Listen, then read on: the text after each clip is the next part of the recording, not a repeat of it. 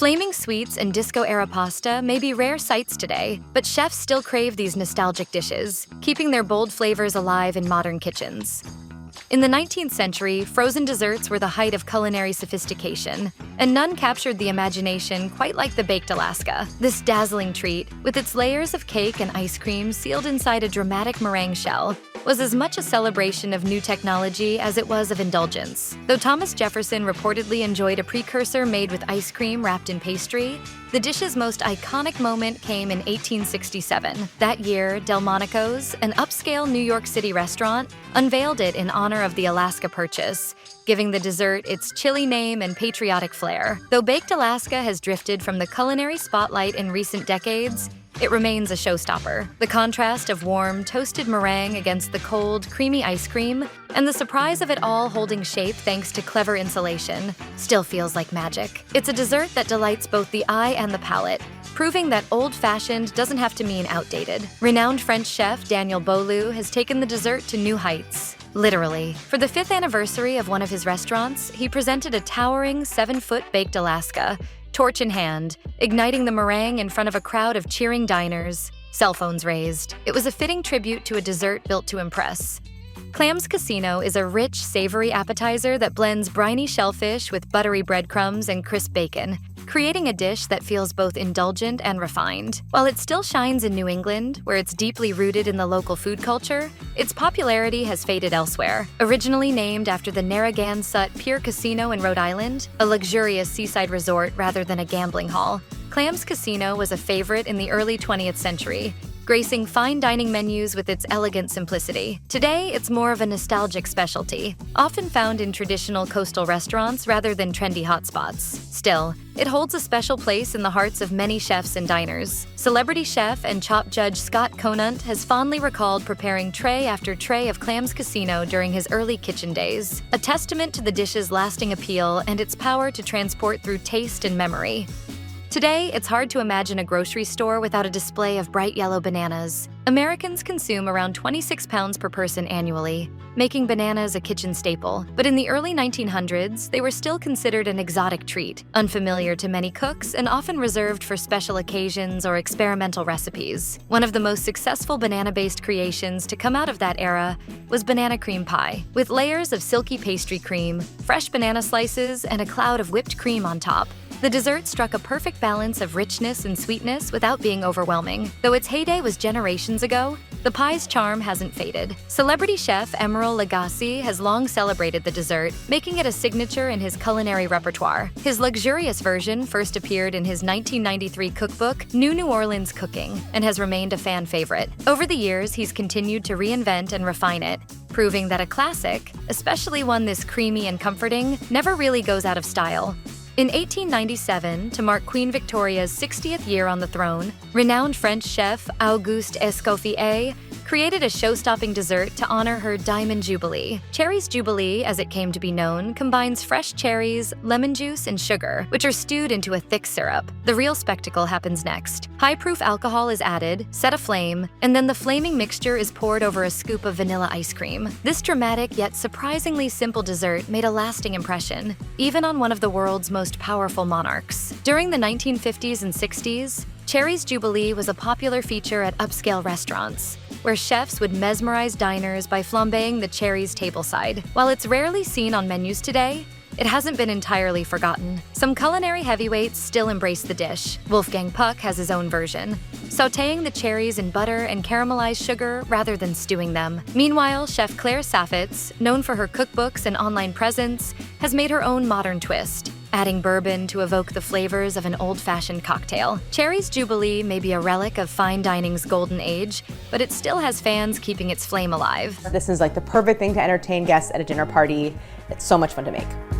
In the 1930s, nothing exuded sophistication quite like a chef flambeing a dish tableside. The dramatic burst of flames was the pinnacle of fine dining, with steak Diane being the dish of choice. Made with tender filet mignon and a rich sauce of cognac, cream, shallots, and pan drippings, it became a staple in the 40s and 50s, often flambéed to perfection right before guests' eyes. By the late 20th century, Steak Diane lost some of its glamour, but the concept remains as appealing as ever, a perfectly cooked steak smothered in a creamy, flammable sauce. In 2022, Michelin-starred chef John Shields gave the dish a much-needed revival at his Chicago restaurant, The Loyalist. He described it as indulgent, rich, and deeply satisfying, proof that Steak Diane still has a place in high-end dining, where its timeless combination of flavors and fiery presentation continues to impress.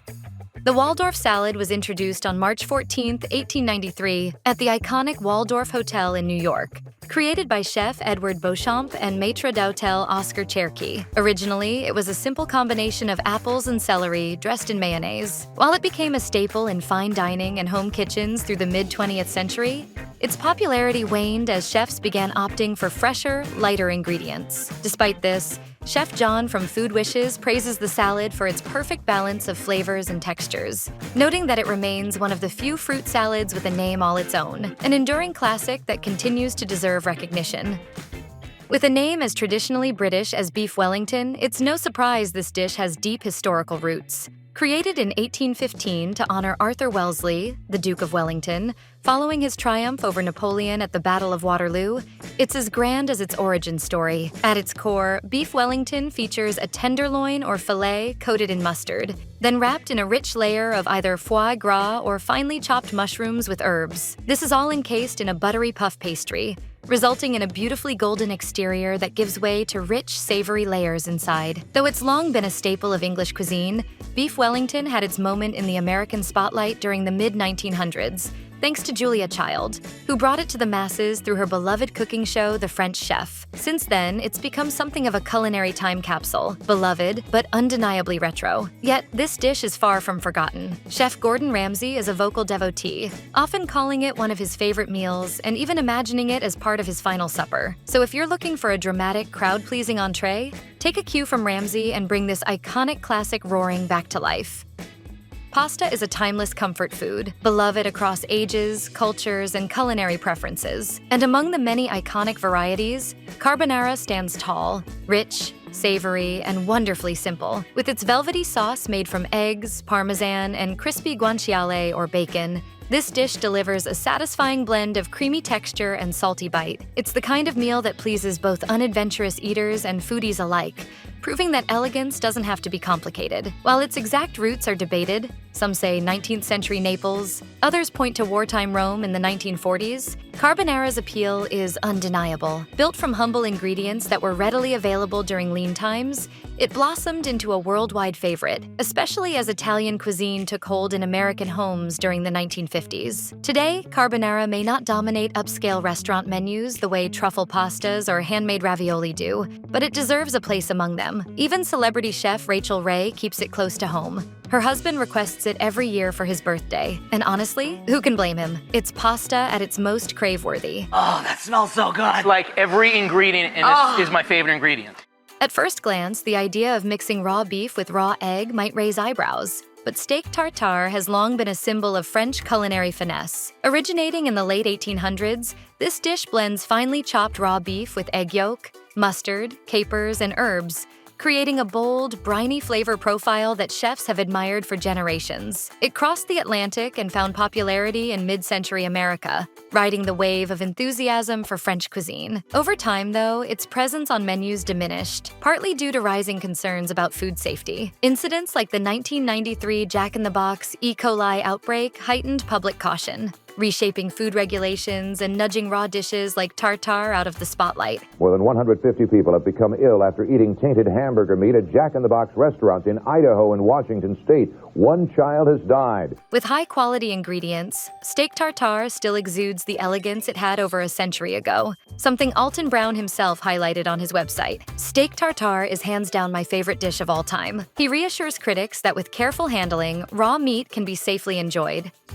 When you think of a classic retro dish, Meatloaf likely comes to mind. This iconic meal took shape in the early 1900s, but became a true symbol of American home cooking during the Great Depression and World War II, when families relied on inexpensive ingredients like leftover meat and crushed cereal. As the economy improved, Meatloaf remained a beloved comfort food, continuing to grace dinner tables despite the availability of more luxurious ingredients. Today, meatloaf is often seen as a nostalgic relic, something you'd serve to evoke memories of simpler times or just for fun. Yet, some chefs still champion this humble dish. Jamie Oliver, for one, calls meatloaf the epitome of comfort food, a recipe that's a favorite of his family. Chef Jean-Pierre, known for his charismatic appearances on the Food Network and The Today Show, has a legendary meatloaf recipe that was a major hit in his Florida restaurant during the 1970s. It became so popular that guests would eagerly line up outside before the restaurant even opened, hoping to snag a taste. This enduring love for meatloaf proves that even the most old-fashioned dishes can have a timeless appeal.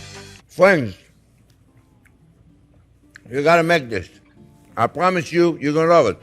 While many iconic 20th century dishes were popularized by housewives or high-end New York restaurants, Penne alla vodka owes its fame to the nightlife scene. In the 1980s, it became a favorite late-night meal in disco clubs. The dish is simple yet irresistible. Penne pasta in a creamy tomato vodka sauce that's rich and flavorful. Its allure is undeniable. Rachel Ray even shared that viewers would write to her, claiming they got engaged after serving it to their boyfriends. Inspired by these stories, she renamed her version "You Won't Be Single for Long Vodka Cream Pasta," adding a playful twist to the already beloved recipe. This is the part that's gonna get you lucky, people. Don't skip this part. This is essential. Penne alla vodka may no longer grace nightclub menus, but it deserves a comeback across all restaurants. Giada De Laurentiis, on TikTok, describes the dish as heaven, appreciating its simplicity yet glamorous feel. It's a perfect balance of easy to make and special, making it a timeless favorite that should be celebrated again. The classic English trifle has roots tracing back to the Renaissance. Originally made with sponge cake soaked in wine or spirits, layered with custard and whipped cream, over time it evolved into a way to use up stale cake, often with added fruit for extra flavor. Not everyone has dismissed trifle as a dated dessert, though. Jamie Oliver, for example, has kept it alive by sharing his mom's nostalgic recipe, which he says brings back fond childhood memories. What makes trifle so special is its versatility and accessibility. You can easily buy pre-made ingredients and even make your own jam. This rich yet airy dessert captures the essence of summer and remains one of the best ways to repurpose leftover cake. In the 1970s, fondue was a must-have at parties and restaurants, with pots of melted cheese and cubes of bread for dipping. While it became a symbol of that era, the dish's origins stretch much further back. In fact, Homer's The Iliad mentions a similar concoction made with goat or sheep cheese, wine, and flour. Despite its long history, the allure of fondue is undeniable. Who doesn't love melted cheese, especially when shared in a fun, interactive way? It's a dish that invites everyone to get involved, much like roasting marshmallows over a fire. Even chefs like Andrew Zimmern are fans, with the celebrity chef declaring in a 2021 YouTube video that fondue is due for a well-deserved comeback.